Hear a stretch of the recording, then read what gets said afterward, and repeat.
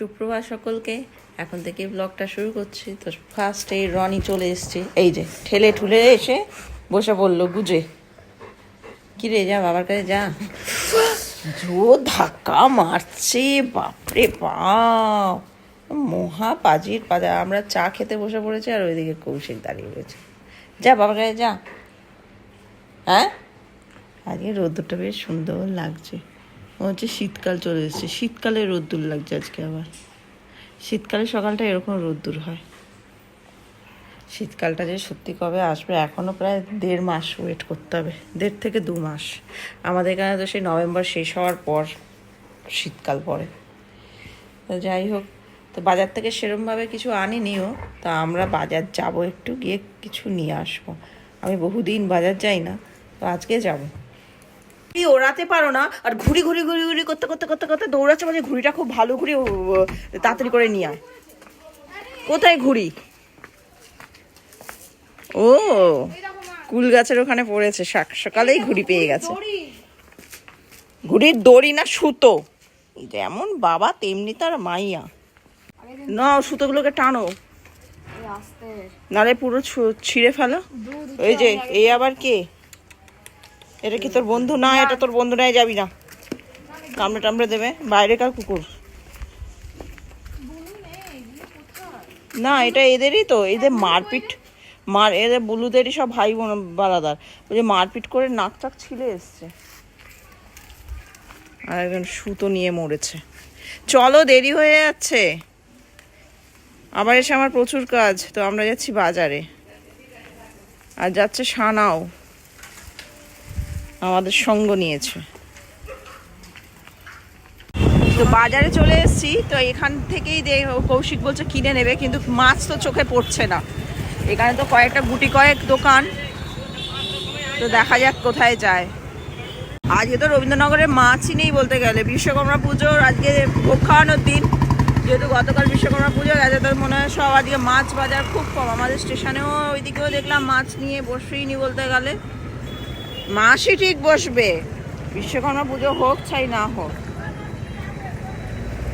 দেখো, এ তো মাছই নেই সেরম ধরনের। আজকে কেউ মাছ তোলেনি, বুঝেছো? গতকালের মাছটা নিয়েই চলছে। এই এখানে কয়েকটা মাছ আছে, রুই মাছ নাকি। হ্যাঁ, জ্যান্ত মাছ নেব। তো ভেতরে যাবে নাকি? ভেতরে গেলেই ওর চুকচুক করবে, তারপর জ্যান্ত মাছের বদলে ইলিশ মাছ বাড়ি চলে আসবে। আর আমি ইলিশ মাছ খাবো না, ভালো লাগে না আমার। আর বাবা বাবা, সেই যা ভালো লাগলো শুনে। সানা কচুরি খাবে, চলে এসছে কমলা মিষ্টান্ন ভান্ডার। তো বলতার জন্য যাচ্ছে না, ভয়ে। ও কিছু করবে না, বলতার জায়গায় রয়েছে। চল, এই আমাকে কামড়েছিল মিষ্টির দোকানে বলতা কামড়ায় না, বলো না।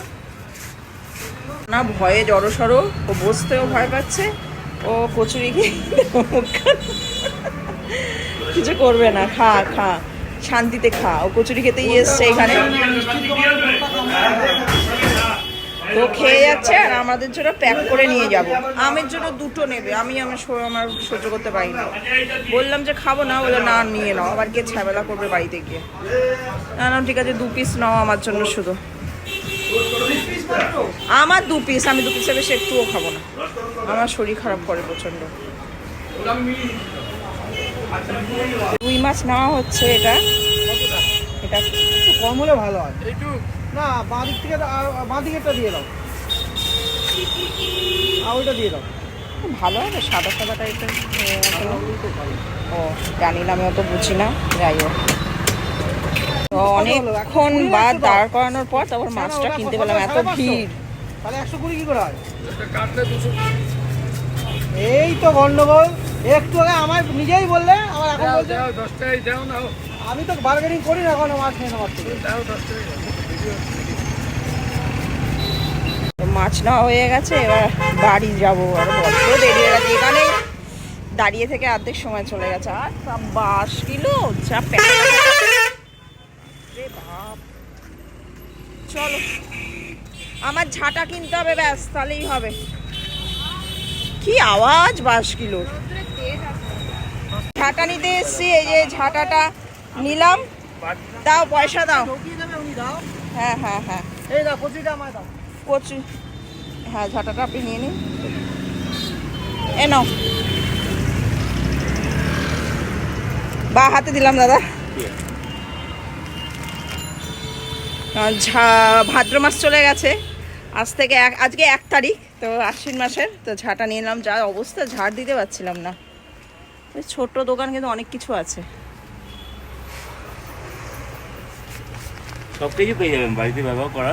আচ্ছা, এদিকে সব তো এটা রবীন্দ্রনগরে এই দোকানটা, ওই টেকনো ইন্ডিয়া স্কুলের অপোজিটেই। তো চল, আসবো তো।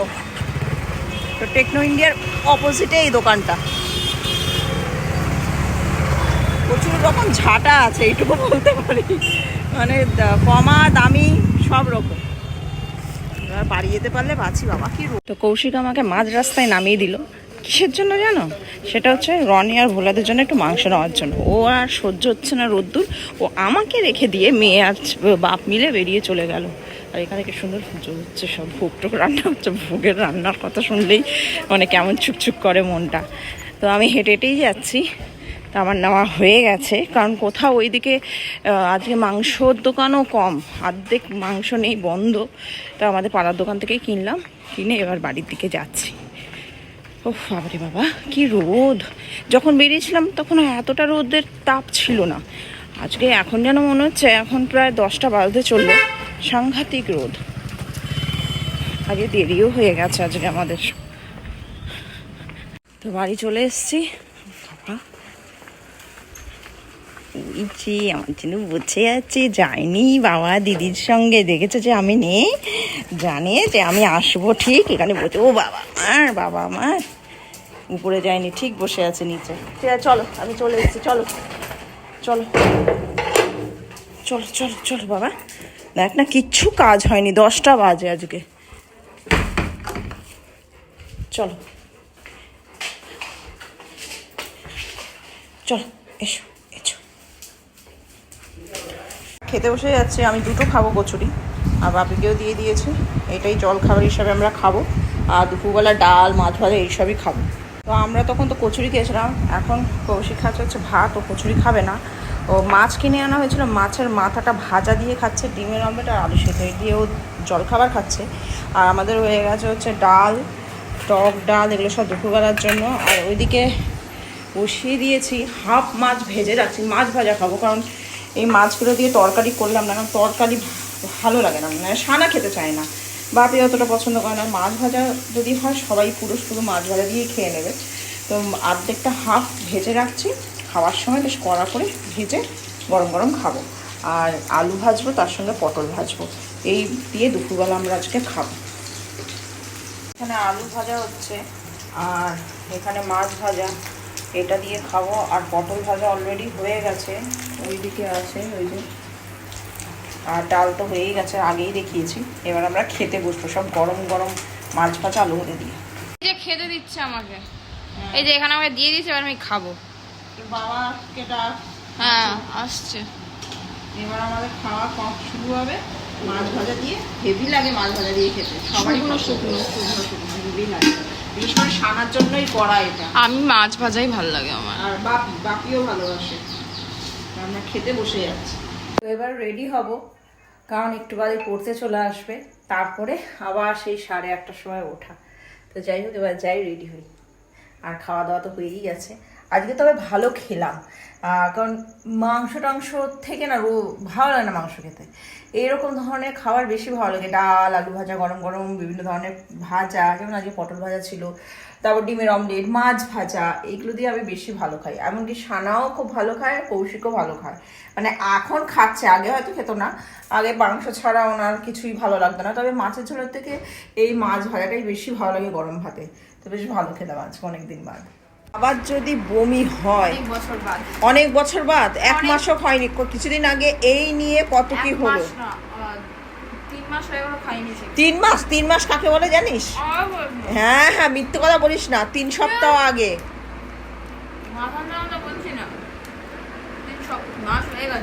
3 মাস হয়ে গেছে।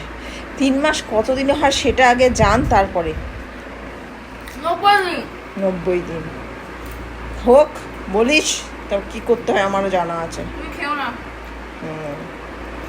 সেই ভাত তো বসাবে, হাঁক ক্যামেরার তো পেছনে কেউ দেখতে পাচ্ছে না। সেই আমি যাচ্ছি পড়াতে, সব স্টুডেন্টরা চলে আসছে। বস বসে খা তুই। ফুচকা খেতে যাচ্ছি, অনেক দিন খাওয়া হয় না। ওই যে আর একজনও আসছে ফুচকার কথা শুনে। তুই কি চটিটা পরে গেলি? ওই দেখো ফুচকা খাওয়ার জন্য। কি আমি টক জল দিয়ে খাবো, তুই কি দিয়ে খাবি? দই ফুচকা খা, তুই খা। তো আমার পড়ানো হয়ে গেছে অনেকক্ষণ আগেই, এখন প্রায় 9টা বাজে। ওই যে দৌড়াচ্ছে ফুচকা, দরজাটা খোলা পেয়েছে। দাঁড়া, দেবে দাঁড়া। ওকে দুটো শুকনো দিয়ে দিন তো, ওর বাবা ওকে খাইয়ে দিক। দাঁড়া, দিচ্ছে। আমার হাতে দুটো দিয়ে দিন। চল চল, বাবা দেবে। চ চ চ।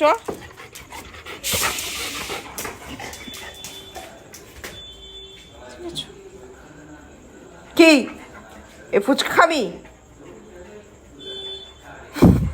ফুচকা থেকে চোখ নড়ছে না। নে এখানে নে, তোর বাবা টিভি দেখতে ব্যস্ত, খা। আর আসবি না। ওই দেখো আবার দৌড়াচ্ছে ফুচকা খাওয়ার জন্য। আমি আর দেবোই না, একদম দৌড়ে আবার। ঢোক, দুটো দিয়েছে, অনেক দিয়েছে না, আর দেওয়া যাবে না, আর একটাও না। যা শিগগিরই গ্রিল লাগিয়ে দে। বেরো তুমি, ওকে আমি দরজাটা আটকে দিই। বাবা দৌড়াচ্ছে ফুচকা খাওয়ার জন্য। নিমেষে ফিনিশ। বাঁদর, ছচু ভম্বল।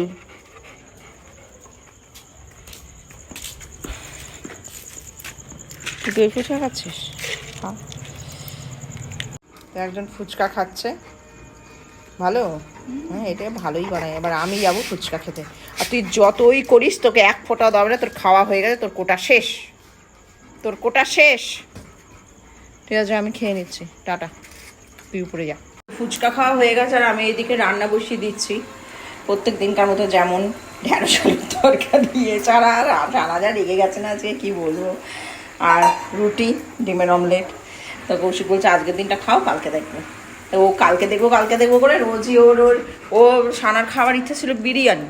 তো কৌশিক বলছে না, বিরিয়ানি দেবো না, কদিন থাক, পেটটা একটু ঠিক হোক। কারণ কদিন আগে ওর শরীরটা খারাপ ছিল, পেটের প্রবলেম ছিল, গ্যাস ট্যাস হয়ে গেছিলো। তো ওই জন্য ওকে এরকম নর্মালি খাবার খাওয়াচ্ছে, আর ও রেগে যাচ্ছে। কি তুই কিছু বলবি? হ্যাঁ, ফুচকা তো খেয়েছিস। আমি যাই আমার রান্নায়। হ্যাঁ, অনেকদিন বাদ ফুচকা খেলাম। রনিও তাই। তোর অনেক মাস আমার জানা আছে। অনেক দিন হতে পারে, হবে হয়তো, যাই হোক। হ্যাঁ, আমি একবার খেয়েছি মাঝখানে। একজন এখানে শুয়ে আছে চুপটি করে, আর এ আর প্রজেক্ট করছিল।